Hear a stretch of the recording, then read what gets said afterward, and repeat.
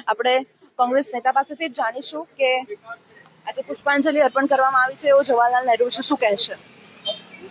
પંડિત જવાહરલાલ નહેરુ, જેમની આજે પુણ્યતિથિ છે, અને આપણે સૌ જાણીએ છીએ કે આઝાદ ભારતના એ પ્રથમ પ્રધાનમંત્રી હતા. દેશની અંદર જે આપણે લોકતાંત્રિક સોવેરિટી જે આપણે આજે અનુભૂતિ કરી રહ્યા છે, એના પાયા એમના નેતૃત્વની અંદર આ દેશમાં નખાયા.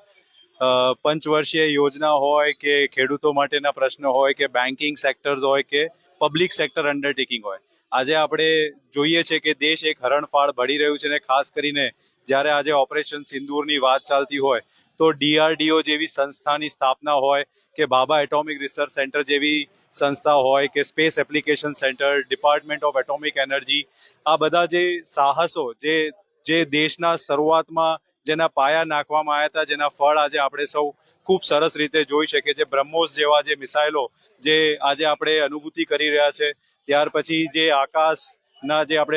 આકાશની મિસાઇલ ડોમની વાત કરીએ, જે એમ કહેવાય ને કે આઝાદ થયો ત્યારે પાકિસ્તાન અને ભારત એવા બે દેશ બન્યા, પરંતુ પાકિસ્તાન જે દિશામાં ચાલ્યું એની પરિસ્થિતિ આજે આપણે જોઈ શકીએ છીએ. અને ભારત એક યોગ્ય સક્ષમ નેતૃત્વની અંદર જે પોતાના જે એક સોય નથી બનાવી શકતું, એ કઈ રીતના પોતે શું કહે કે હરણફાળ ભળી એના નેતૃત્વના આજે આપણે ફળ ચાખી શકીએ છીએ. આજે એમની પુણ્યતિથિએ વડોદરા શહેર કોંગ્રેસ તરફથી એમને અહીંયા નહેરુ ભવન ખાતે એમની પ્રતિમાએ પુષ્પાંજલિ અર્પણ કરી, એમને વંદન કરીને આજે એમને યાદ કરી અને એમના જે બી કોન્ટ્રીબ્યુશન છે એને સતત નમન કરીએ છીએ. આજે જવાહરલાલ નહેરુ પુણ્યતિથિ છે, પણ જવાહરલાલ નહેરુ જે છે એ હંમેશા રાજનીતિના કેન્દ્ર રહ્યા છે. આજે પણ તેમને યાદ કરવામાં આવે છે, તેમના પર કટાક્ષ કરવામાં આવે છે, એને તમે કેવી રીતે જુઓ છો?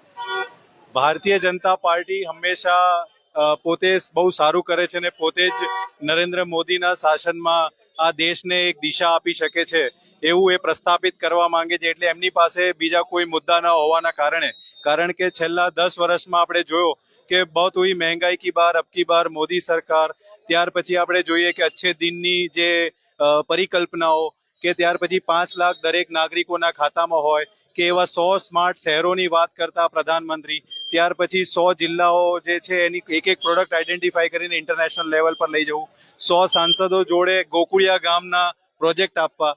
તમે જુઓ કે નોટબંધી વખતે કીધું હતું કે નોટબંધી જો થશે તો આતંકવાદીનો ખાત્મો થઈ જશે, નહીં થાય તો 50મા દિવસે મને 4 રસ્તા પર તમે ચોરાહા ઉપર જઈને જે સજા આપી શકો છો.